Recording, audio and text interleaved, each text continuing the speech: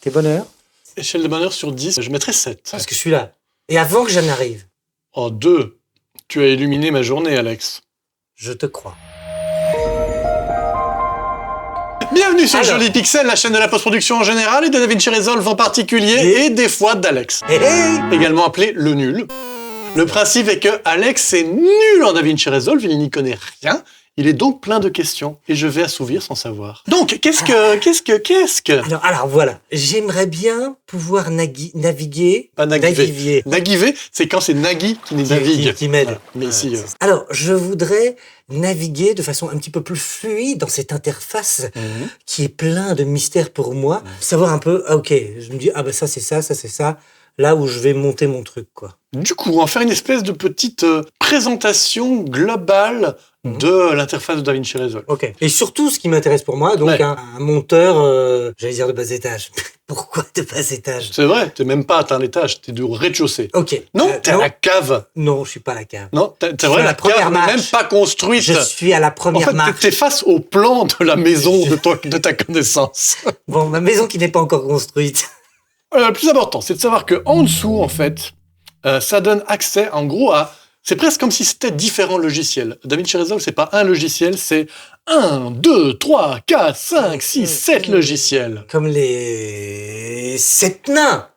Comme les 7 nains. Eh, eh. Commençons par C'est un Atchoum. chiffre magique. Alors, Atchoum ici, ça c'est la partie média. En gros, je vais pas t'en parler parce qu'honnêtement, 95% de ce qu'on peut faire dans la page média, on peut la faire dans la page edit. Eh ou bien, cut. je ne veux pas en entendre parler. alors. N'en parlons pas. Ensuite, il y a la page cut. Ok. La page cut, c'est une des deux pages, donc ça s'appelle des pages, parce qu'il y a en dessous, ou des Ok. différents programmes. C'est une des deux pages dans lesquelles on peut faire du montage. Il y a la page cut et il y a la page edit. La Ok. page cut, c'est pour faire du montage rapide, donc c'est plutôt couper un petit peu, précouper un peu toutes les choses, faire ce qu'on appelle un ours, c'est-à-dire un bout à bout Ok. de la matière qui nous intéresse. Après la page edit, on ira un petit peu plus loin, on va un petit peu affiner, on dirait ce qu'on a pré-monté avec la page cut. Mais c'est possible de prémonter dans le truc après, là, que tu m'as dit. Oui, c'est juste que la page cut, Donc- elle est vraiment faite pour un truc très rapide, il y a des outils très, très utiles, et notamment le fait d'utiliser le petit Blackmagic Design Speed Editor, qui est la petite interface. Est-ce que je la montre? Ouais, je la montre. Ça, c'est le Blackmagic Speed Editor, c'est une petite interface qui contrôle directement DaVinci Resolve. Yes. Ça, en conjonction avec la page cut, ça marche aussi avec la page edit, mais spécialement, il a été conçu pour la page cut, ça marche vraiment super. Donc, on peut monter très vite. Oui, mais bon, ça ne me concerne pas, puisque je suis encore devant le plan de la maison. Donc, je vais pas acheter ça tout de suite, quoi. C'est toi qui vois. Pour 350 balles, en plus, tu as la version comprise dedans payante de DaVinci Resolve. Donc, ça Ah. débloque absolument tout. Donc, pour 350 balles, tu as un super combo software-hardware. Ok. Honnêtement, moi, je trouve que ça vaut vraiment la peine. Et en plus, ça, c'est un investissement. Ça, tu vas le garder 20 ans, quoi. C'est costaud, quoi. Ça, c'est la page edit, page cut, pardon. Il y a moyen de faire pas mal de choses de montage dedans. Et il y a aussi plein de gens qui ne montent que dans la page cut. Je trouve que la page edit va un peu plus loin, mais il y a plein de gens qui se satisfont. Ça fistule. Il y a plein de gens qui s'affistulent très bien de la page cut. Moi, à mon niveau, je me concentrerai là-dessus après. Ouais. Ok. Ça ou edit, voilà. Ah ouais, non, mais il faut choisir, moi. Je veux un choix clair. Alors prends edit, parce qu'il y a moyen d'aller plus loin, donc c'est dommage de se limiter. Alors ensuite la page edit, donc que voici, donc autre façon de faire du montage. Ok. Ensuite ici, ça c'est la page fusion. Pour un débutant, je ne la recommande pas, c'est tout ce qui permet de faire de la création graphique avec des mouvements, des choses un peu complexes, des effets visuels, de la 3D, des choses comme ça. Et c'est un petit peu compliqué pour un débutant, je ne le recommande pas, mais c'est là et c'est extrêmement puissant.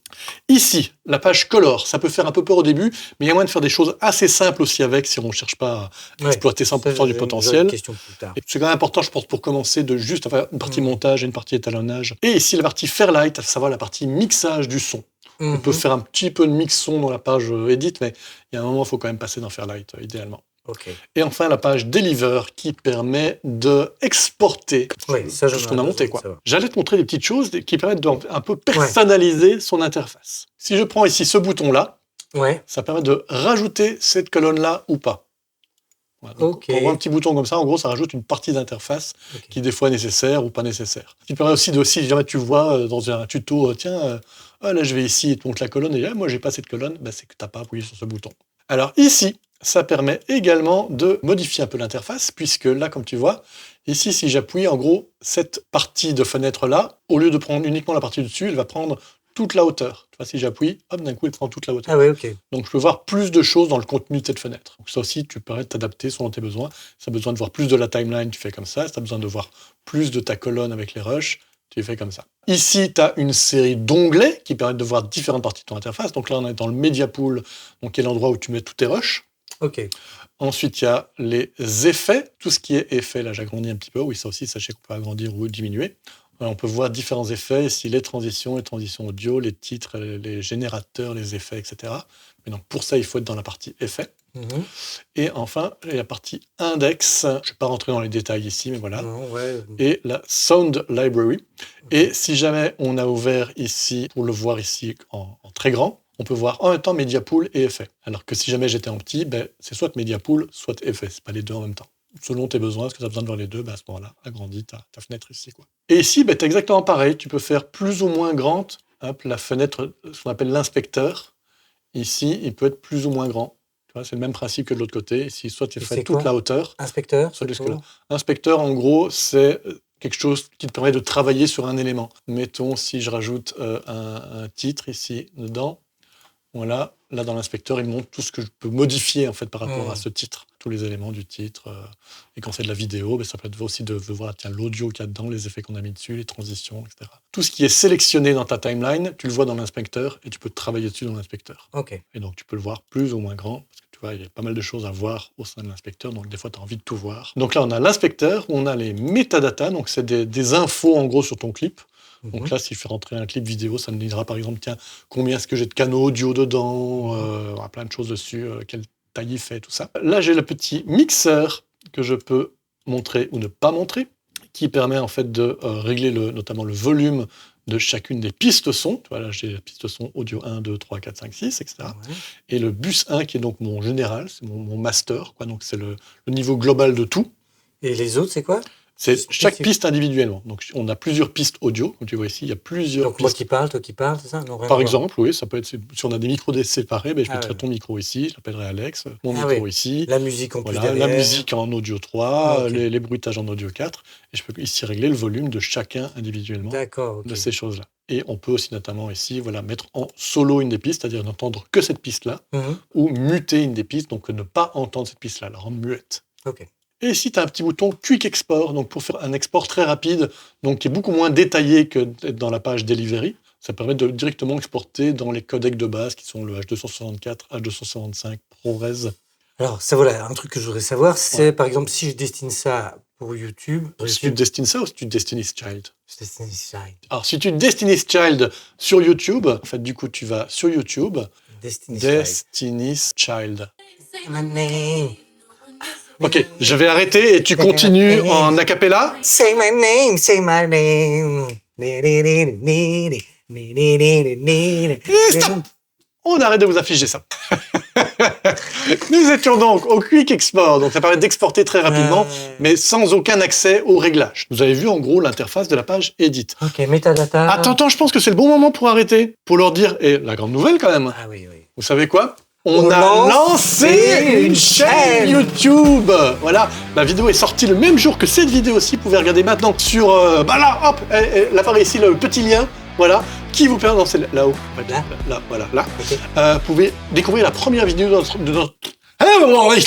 notre chaîne qui s'appelle Patrick et Alex et une spatule. Cette chaîne est très, comment la qualifier ? Très sérieuse, très sobre. Si vous voulez comprendre le monde. Si vous êtes plein de finesse, regardez cette chaîne. Si par contre vous n'avez aucune maturité, vraiment, ne regardez pas cette chaîne, ce sera très déplaisant.